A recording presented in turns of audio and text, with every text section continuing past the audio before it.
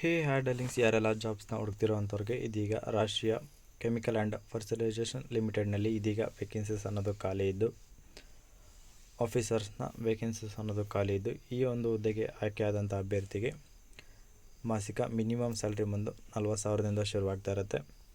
ಹಾಗೆ ಇದಕ್ಕೆ graduation engineering ಹಾಗೆ ಪೋಸ್ಟ್ ಗ್ರ್ಯಾಜುಯೇಷನ್ ಯಾರೆಲ್ಲ ಮಾಡಿರೋ ಅಂಥವ್ರು ಇದ್ದರು ಅಂಥವರು ಈ ಒಂದು ವೇಕೆನ್ಸಿಗೆ ಅಪ್ಲೈನ ಮಾಡ್ಬೋದಾಗಿದ್ದು ಅಪ್ಲೈನ ಮಾಡುವಂಥವ್ರು ಈ ಒಂದು ವಿಡಿಯೋನ ಕಂಪ್ಲೀಟಾಗಿ ನೋಡಿ. ಹಾಗೆ ನಮ್ಮ ಚಾನಲ್ ಕೂಡ ಪ್ಲೀಸ್ ಸಬ್ಸ್ಕ್ರೈಬ್ ಮಾಡ್ಕೊಂಡು ಸಪೋರ್ಟ್ ಮಾಡ್ಕೊಳ್ಳಿ. ಇದರಲ್ಲಿ ಇದೀಗ ಒಟ್ಟು ನಿಮಗೆ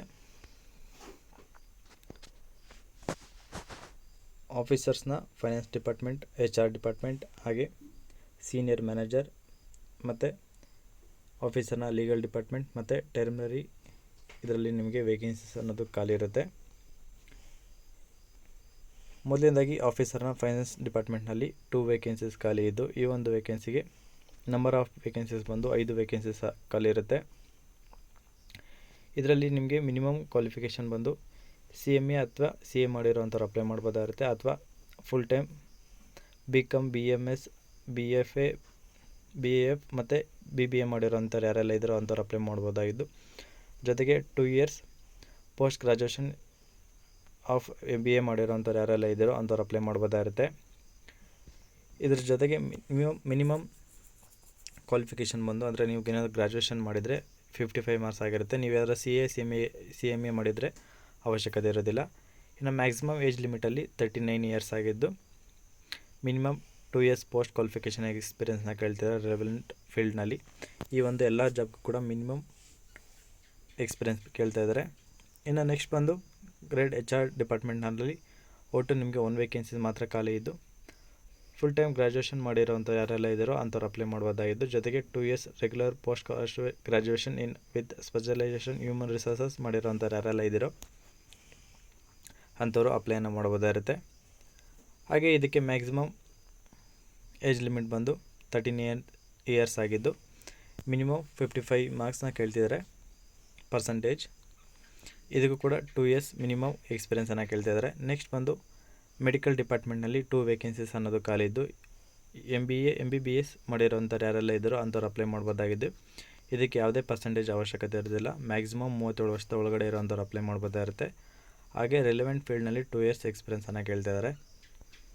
ಇನ್ನು ನೆಕ್ಸ್ಟ್ ಬಂದು ನಿಮಗೆ ಮ್ಯಾನೇಜರ್, ಇದಕ್ಕೆ ಬಂದು 1 ವೇಕೆನ್ಸಿ ಮಾತ್ರ ಖಾಲಿ ಇದೆ. ಇದಕ್ಕೆ PhD ಮಾಡಿರೋವಂಥವ್ರು ಅಪ್ಲೈ ಮಾಡ್ಬೋದಾಗಿರುತ್ತೆ ಅಥವಾ full time 4 years BE BTech engineering ಮಾಡಿರೋವಂಥವ್ರು ಕೆಮಿಕಲ್ ಇದರಲ್ಲಿ ಇಂಜಿನಿಯರಿಂಗ್ನಲ್ಲಿ ಅಪ್ಲೈನ ಮಾಡ್ಬೋದಾಗಿರುತ್ತೆ ಅಥವಾ 3 years regular BE BTech in engineering ಮಾಡಿರೋವಂಥವ್ರು ಯಾರೆಲ್ಲ ಇದ್ದರೂ ಅಂಥವ್ರು ಕೂಡ ಅಪ್ಲೈನ ಮಾಡ್ಬೋದಾಗಿದ್ದು PhD ಮಾಡಿದರೆ ಪರ್ಸೆಂಟೇಜ್ನ ಅವಶ್ಯಕತೆ ಇರೋದಿಲ್ಲ. ಒಂದು ವೇಳೆ ಗ್ರ್ಯಾಜುಯೇಷನ್ ಆಗಿದ್ದರೆ ನೀವು ಇಂಜಿನಿಯರಿಂಗ್ ಆಗಿದ್ದರೆ 60% ತೊಗೊಂಡಿರಬೇಕಾಗುತ್ತೆ.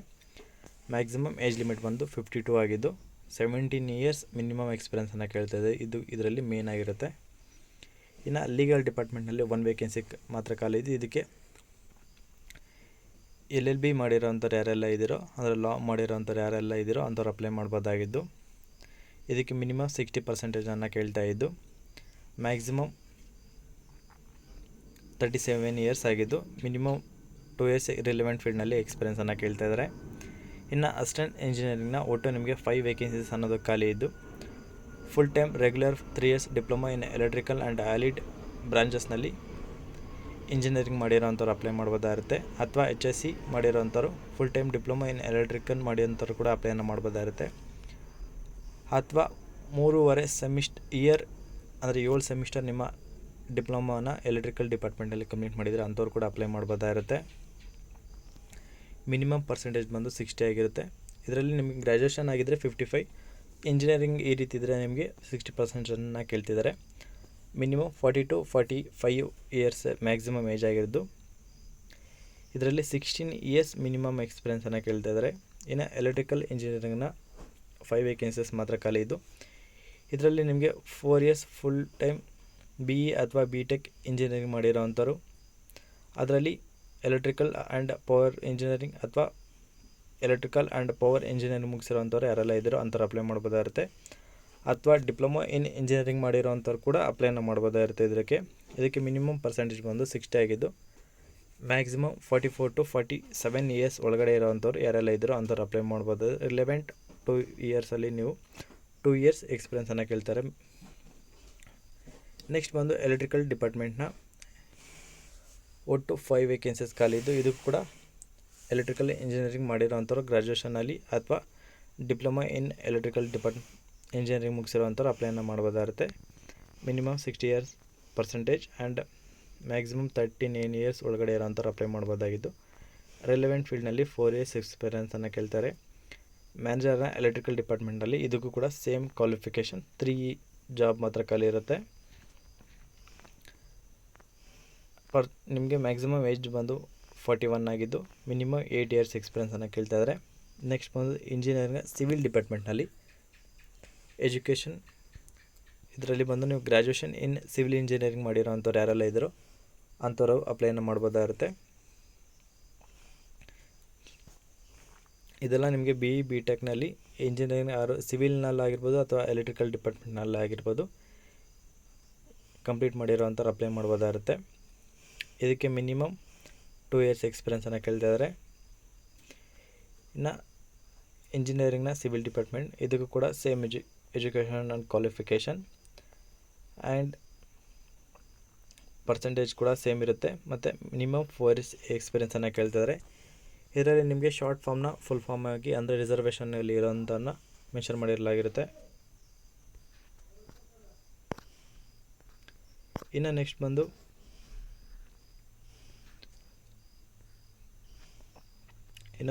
ನಿಮಗೆ ಅಪ್ಲಿಕೇಶನ್ ಫೀಸ್ ಕೂಡ ಪೇ ಮಾಡಬೇಕಾಗಿದ್ದು, ಅಪ್ಲಿಕೇಶನ್ ಫೀಸ್ನ ನೀವು ನಾನ್ ರಿಫಂಡಬಲ್ ಅಮೌಂಟ್ ಇದಾಗಿದ್ದು 1000 ರೂಪಾಯಿ ಪೇ ಮಾಡಬೇಕಾಗುತ್ತೆ. ಇದರಲ್ಲಿ ನೀವೇನಾದರೂ ಎಕ್ಸ್ಟ್ರಾ ಚಾರ್ಜಸ್ ಏನಾದರೂ ಬ್ಯಾಂಕ್ ಚಾರ್ಜಸ್ ಇದ್ದರೆ ಇದನ್ನು ನೀವು ಪೇ ಮಾಡಬೇಕಾಗುತ್ತೆ ಒಂದು ವೇಳೆ ಇದ್ದಲ್ಲಿ.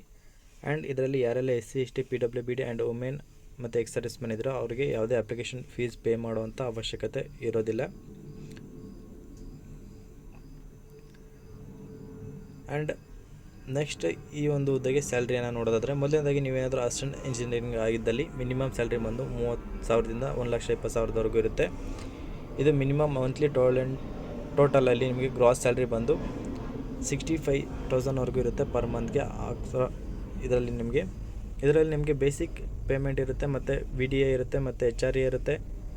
ಜೊತೆಗೆ ನಿಮಗೆ ಬೇರೆ ಅದರ್ ಅಲವೆನ್ಸಸ್ ಕೂಡ ಇರುತ್ತೆ. ಈ ಎಲ್ಲ ಜಾಬ್ಗೂ ಕೂಡ ಸೇಮ್ ಇರುತ್ತೆ. ಮತ್ತು ಇಂಜಿನಿಯರಿಂಗ್ನ ಇದಕ್ಕೆ ಮಿನಿಮಮ್ ಸ್ಯಾಲ್ರಿ ಬಂದು 40,000ದಿಂದ ಶುರುವಾಗ್ತಾ ಇರುತ್ತೆ. ಸೀನಿಯರ್ ಇಂಜಿನಿಯರಿಂಗ್ಗೆ ಇದಕ್ಕೆ ಮಿನಿಮಮ್ ಸ್ಯಾಲ್ರಿ ಬಂದು 50,000. ನಿಮಗೆ ಯಾವ ರೀತಿ ಎಕ್ಸ್ಪೀರಿಯೆನ್ಸ್ ಇದೆಯಾ ಅನ್ನೋ ಆಧಾರದ ಮೇಲೆ ನಿಮ್ಮ ಸ್ಯಾಲ್ರಿ ಹೆಚ್ಚಾಗುತ್ತೆ. ಇದು ಮಿನಿಮಮ್ ಸ್ಯಾಲ್ರಿಗಿಂತ ಜಾಸ್ತಿ ಇದ್ದೇ ಇರುತ್ತೆ. ಮತ್ತು ಡ್ಯೂಟಿ ಮ್ಯಾನೇಜರ್ನ ಮಿನಿಮಮ್ ಸ್ಯಾಲ್ರಿ ಬಂದು 60,000 ಆಗಿರುತ್ತೆ. ಸೀನಿಯರ್ ಮ್ಯಾನೇಜರ್ಗೆ 80,000 ಆಗಿರುತ್ತೆ.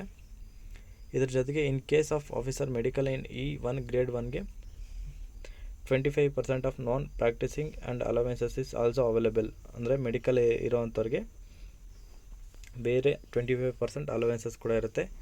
ಇದನ್ನ ನಿಮಗೆ ಸೆಲೆಕ್ಷನ್ ಬೇಸಿಸ್ ಬಂದು ನಿಮಗೆ ಸ್ಕಿಲ್ ಟೆಸ್ಟ್ ಇರುತ್ತೆ. ಹಾಗೆ ಡಾಕ್ಯುಮೆಂಟ್ ವೆರಿಫಿಕೇಷನ್ ಮತ್ತು ಪರ್ಸನಲ್ ಇಂಟರ್ವ್ಯೂ ಮೂಲಕ ನಿಮ್ಮನ್ನ ಆಯ್ಕೆ ಮಾಡಲಾಗುತ್ತೆ. ಡಾಕ್ಯುಮೆಂಟ್ ವೆರಿಫಿಕೇಷನಲ್ಲಿ ನಿಮ್ಮ ಎಜುಕೇಷನ್ ಕ್ವಾಲಿಫಿಕೇಷನ್ ಹಾಗೆ ಎಕ್ಸ್ಪೀರಿಯೆನ್ಸ್ನ ಸರ್ಟಿಫಿಕೇಟ್ಸ್ ಬೇಕಾಗಿರುತ್ತೆ. ಸ್ಕಿಲ್ ಟೆಸ್ಟ್ಗೆ ಆಯ್ಕೆ ಆದಂಥ ಅಭ್ಯರ್ಥಿಗಳಿಗೆ ನಿಮಗೆ ಇಮೇಲ್ ಅಥವಾ ಮೇಲ್ SMS ಮುಖಾಂತರ ನಿಮಗೆ ಕಾಂಟ್ಯಾಕ್ಟ್ ಮಾಡಲಾಗುತ್ತೆ. ಒಟ್ಟು ನಿಮಗೆ 100 ಮಾರ್ಕ್ಸ್ಗೆ ಸ್ಕಿಲ್ ಟೆಸ್ಟ್ ಇದ್ದು, practical job knowledge and handling technical ಎಕ್ವಿಪ್ಮೆಂಟ್ನ ಬಗ್ಗೆ ನಿಮಗೆ 70 marks, safety awareness and computer ನಾಲೆಜ್ನ ಬಗ್ಗೆ 20 ಮಾರ್ಕ್ಸ್, ಕಮ್ಯುನಿಕೇಷನ್ ಸ್ಕಿಲ್ನ ಬಗ್ಗೆ 10 ಮಾರ್ಕ್ಸ್ಗೆ ನಿಮಗೆ ಇದು ಒಟ್ಟು ನಿಮಗೆ 100 ಮಾರ್ಕ್ಸ್ಗೆ ಇರುತ್ತೆ. ಮಿನಿಮಮ್ ಮಾರ್ಕ್ಸ್ ಬಂದು ನಿಮಗೆ ಯಾರೆಲ್ಲ SC ST ಇದ್ದಾರೋ ಅವರಿಗೆ 60 ಮಾರ್ಕ್ಸನ್ನ ತೊಗೋಬೇಕಾಗುತ್ತೆ. ಪರ್ಸ್ನಲ್ ಇಂಟರ್ವ್ಯೂ ಕೂಡ ಇರುತ್ತೆ. ಇದನ್ನು ಬಂದು ನಿಮಗೆ ಆಯ್ಕೆ ಆದಂಥವ್ರಿಗೆ ಆ್ಯಸ್ ಯೂಶುವಲ್ SMS ಅಥವಾ ಇಮೇಲ್ ಮೂಲಕ ಕಾಂಟ್ಯಾಕ್ಟ್ ಮಾಡಲಾಗುತ್ತೆ.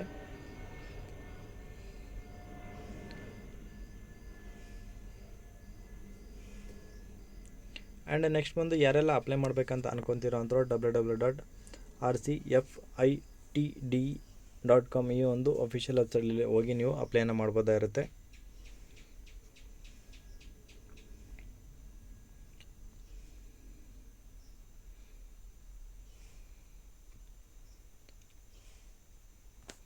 ಇನ್ನು ಈ ಒಂದು ವೇಕೆನ್ಸಿಗೆ ಅಪ್ಲೈ ಮಾಡೋದಕ್ಕೆ ನಿಮಗೆ ಜೂನ್ 27ನೇ ತಾರೀಕಿಂದ ಶುರುವಾಗಿದ್ದು ಜುಲೈ 13ನೇ ತಾರೀಕು ಅಪ್ಲೈ ಮಾಡಲು ಕೊನೆಯ ದಿನಾಂಕ ಆಗಿರುತ್ತೆ. ಸೊ ಯಾರೆಲ್ಲ ಇಂಟ್ರೆಸ್ಟ್ ಇದ್ದು ಅಪ್ಲೈ ಮಾಡೋವಂಥವ್ರು ಮಿಸ್ ಮಾಡದೆ ಈ ಒಂದು ವೇಕೆನ್ಸಿಗೆ ಅಪ್ಲೈ ಮಾಡಿ. ಹಾಗೆ ಈ ಒಂದು ವೇಕೆನ್ಸಿಗೆ ಅಪ್ಲೈ ಮಾಡೋವಂಥ ಪ್ರತಿಯೊಬ್ಬರಿಗೂ ನನ್ನ ಕಡೆಯಿಂದ ವೆರಿ ಆಲ್ ದ ಬೆಸ್ಟ್ ಅಂತ ಹೇಳ್ತಾ, ಜಾಬ್ನ ಹುಡುಕ್ದ ಇರೋವಂಥವ್ರಿಗೆ ಈ ಒಂದು ವಿಡಿಯೋನ ಮಿಸ್ ಮಾಡದೆ ಪ್ಲೀಸ್ ಶೇರ್ ಮಾಡಿ ಅಂತ ಹೇಳ್ತಾ ಇಲ್ಲಿಗೆ ಈ ಒಂದು ವಿಡಿಯೋನ ಮುಗಿಸ್ತಾ ಇದ್ದೀನಿ.